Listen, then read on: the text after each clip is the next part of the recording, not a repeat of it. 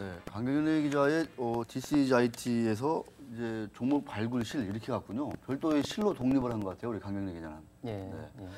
우리 이준영관 혹시 아시겠지만 네. 정말 강경래 기자가 얘기한 기업들 중에 숱하게 많이 그 좋은 의미에서 사고를 치는 기업들이 많았어요. 네, 진짜입니다. 자, 그래서 매주 2주에 한 번씩 2개 종목을 그동안에 계속 이렇게 소개를 해주셨는데 네. 오늘은 보니까 아까 소개를 나간 거 보니까 키코 소송 얘기를 준비해 오셨다고요. 예. 네, 좀 뭐 이미 앞서 보도가 많이 됐긴 하지만 또 우리 네. 강연희 기자의 만의 시각으로 또 얘기할 얘기가 있으니까 준비해온 얘기가 있으니까 한번 들어보시기 바라겠습니다. 자, 네. 기업들이 뭐 처음으로 이겼다고 해가지고 뭐 주가도 많이 움직이고 그랬습니다. 네. 예. 네, 좀 뭐 어떤 키코 사태부터 좀 정리 좀 해주시죠. 네. 예. 그 2008년부터였습니다. 네. 그 4년 이상 지속되어 온 그 기업과 은행 간의 그 외환 파생 상품, 즉 키코 소송과 관련해서 이제 그동안 은행 측이 줄 승소했습니다. 근데 지난달 23일이었습니다. 기업 측이 첫 승소하면서 그 반전이 일어났습니다. 그 이 보도가 저한테 좀 특별한 이유가 사실 제가 이번 그 기업 승소 특종을 제가 썼습니다. 야. 그래서 제가 여러 이 내용들 그 전후 그런 내용들을 가장 잘 알고 있기도 하고 해서 좀 이 내용이 어떻게 해서 승소했는지에 대한 구체적인 내용에 대해서는 그동안 좀 언급이 안 된 것 같아서 그런 내용을 조금 더 좀 심도 있게 파헤쳐서 보도를 해드리려고 합니다. 그렇군요. 지난달 23일이었습니다. 서울중앙지법이 엠텍비전, 테크인 등이 상장사 2군데하고 온지구 그리고 ADM21 등 그 4개 기업이 키코 상품 거래로 피해를 입었다고 판결을 했고요. 그 한국시티은행과 하나은행, 한국스탠다드 차타드 은행 등을 상대로 낸 부당 이득금 반환 청구 소송에서 그렇죠. 그 피해액의 그 70%, 세 군데는 70% 그리고 한 군데는 60% 배상하라는 원고 승소 판결을 했습니다. 네. 그 의미가 있는 것은 그동안에 그 20%, 30% 정도 그 완전 패소 혹은 20%, 30% 정도만 네. 승소가 아니라 그 정도만 인정을 했는데 일부 인정. 네. 50% 이상을 이번에 그 승소한 거는 이번이 처음이었다는 데 의미가 있습니다. 키코는 그 예를 들어서 그 900원에서 그 1,000원 사이 하나의 구간을 설정해 놓고 이 사이에서 이제 거래 환율이 왔다 갔다 이루어지면 이제 기업 측에 유리하고 그다음에 여기서 벗어나게 되면 이제 그 은행 측에 유리한 그런 상품으로 볼 수 있겠습니다. 네. 이번 기업이 승소한 이유로 이제 2가지로 분석할 수 있는데요. 우선 판결문을 조금 그 분석해 보면요. 판결문 분석까지. 우리 법조 기자가 되셨군요. 이번에 네. 공부를 좀 많이 했습니다. 그 처음으로 이 키코를 그 구조화된 금융 상품으로 명시했다는 점입니다. 이게 중요합니다. 그동안은 그냥 단순 금융 상품이었는데 이번에는 스트럭처드, 구조화된 그 금융 상품으로 명시했다는 뭔가 의도가 점입니다. 있는. 그러니까 단순 금융 상품이 아닌 구조화된 금융 상품의 경우에는 은행 측이 어떤 경우에도 손해를 보지 않도록 치밀하게 설계된 상품을 말합니다.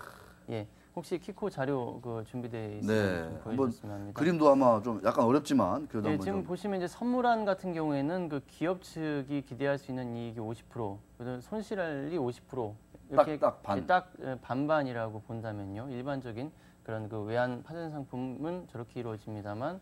키코는 다음 보시면요. 그게 아니죠, 키코는.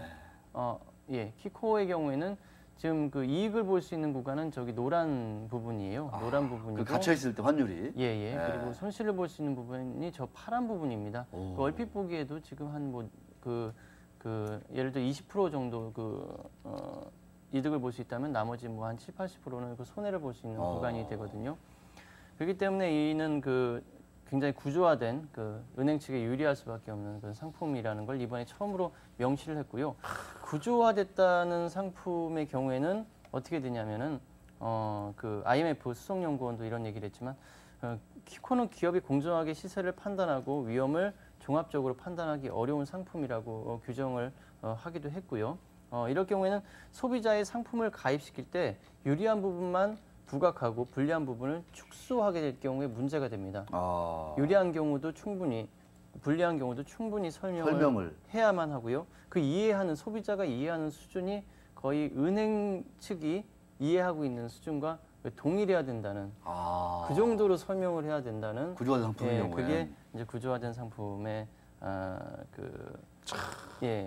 것입니다. 예, 그래서 예. 이제 불안전 판매 논란이 여기서 나오는 거군요. 예, 그래서 이번에 충분한 설명이 이루어지지 않았다라고 얘기가 나온 것이 바로 이번에 구조화된 금융 상품이라는 걸 처음으로 언급을 했기 때문입니다.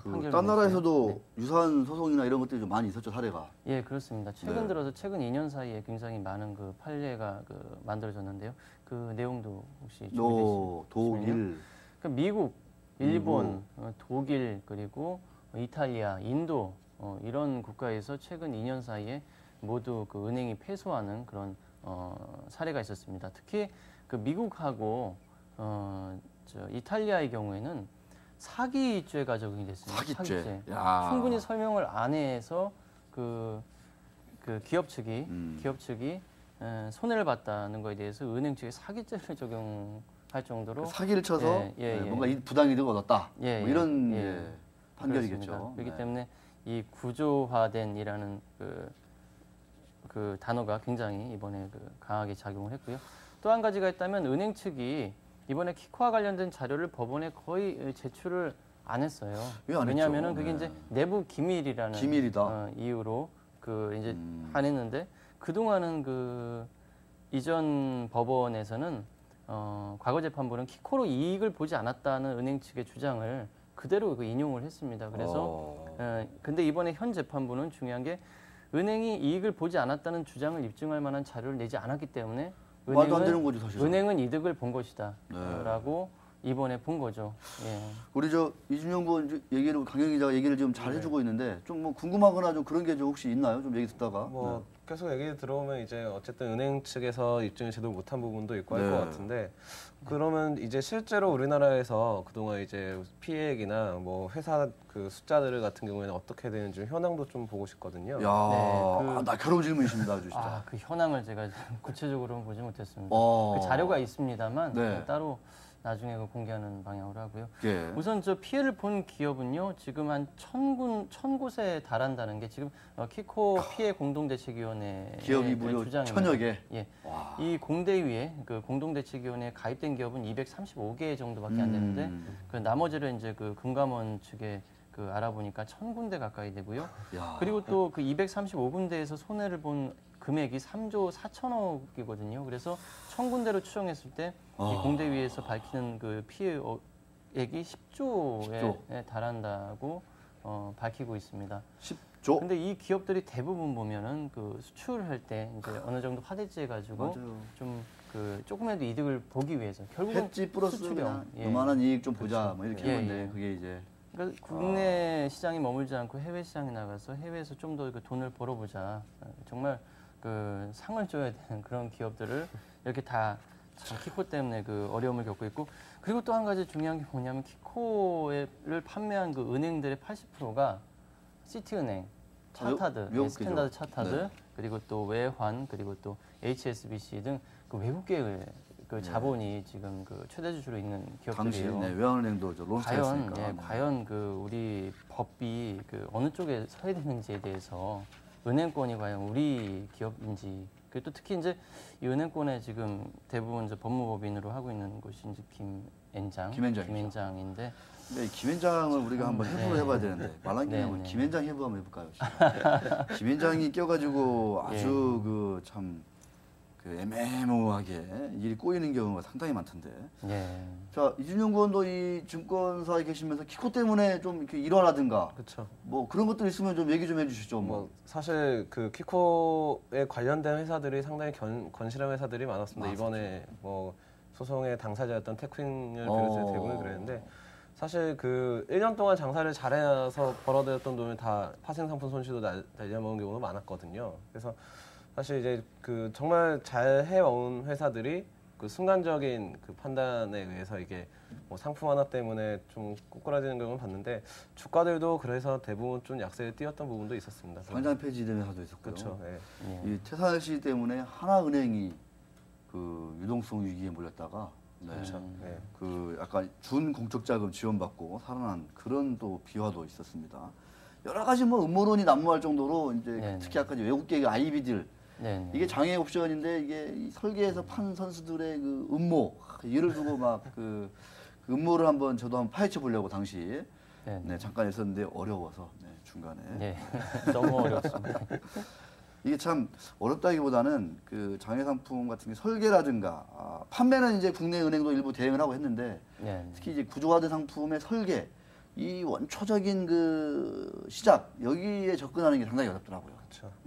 이게 또 자기들끼리는 100% 해지가 되는데 결국은 이제 키코에 가입한 이제 기업들만 와장창 손해를 보는 이런 또 일이었죠. 네. 뭐 강민희 기자 좀 회사들도 얘기했지만 좀 몇몇 회사 얘기 좀 해주세요. 좀 지금 예, 어떻게 예. 좀 진행되고 있다든지 뭐. 예. 네. 그래서 이제 DMS의 경우에 313억 규모의 그 소송을 지금 골드만삭스하고 HSBC하고 진행을 하고 있고요.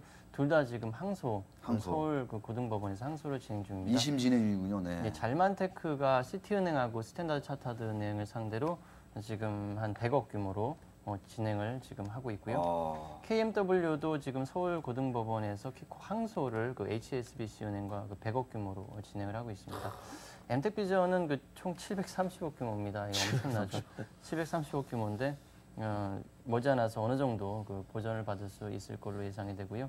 그리고 또 테크윙 역시 이번에 그 소송은 좀 작게 했지만 총 그 110억 규모입니다. 그래서 상당 부분 그 이번 1차 그 승소에 이어서 이제 그 2차 그 항소에서 또 나중에 대법원까지 가선 어느 정도 그 자금이 유입될 것으로 예상이 됩니다. 네, 알겠습니다.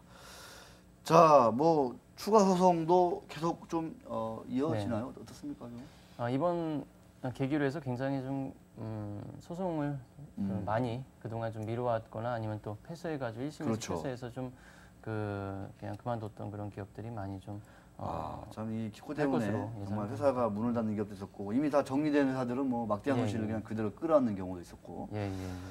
자, 우리 강민희 기자가 또 여러 그 키코 때문에 그 피해를 입은 기업들 많이 아니까 네, 이렇게 네. 확인되는 대로 저희 네. 기후만장 기자실에서도 네. 좀 자세한 소식 좀 전해주십시오. 자, 우리 이준연구원이 준비한 얘기가 또 있기 때문에 두 명의 우리 또 훌륭하신 분들과 함께 다음 코너로 한번 넘어가 보겠습니다.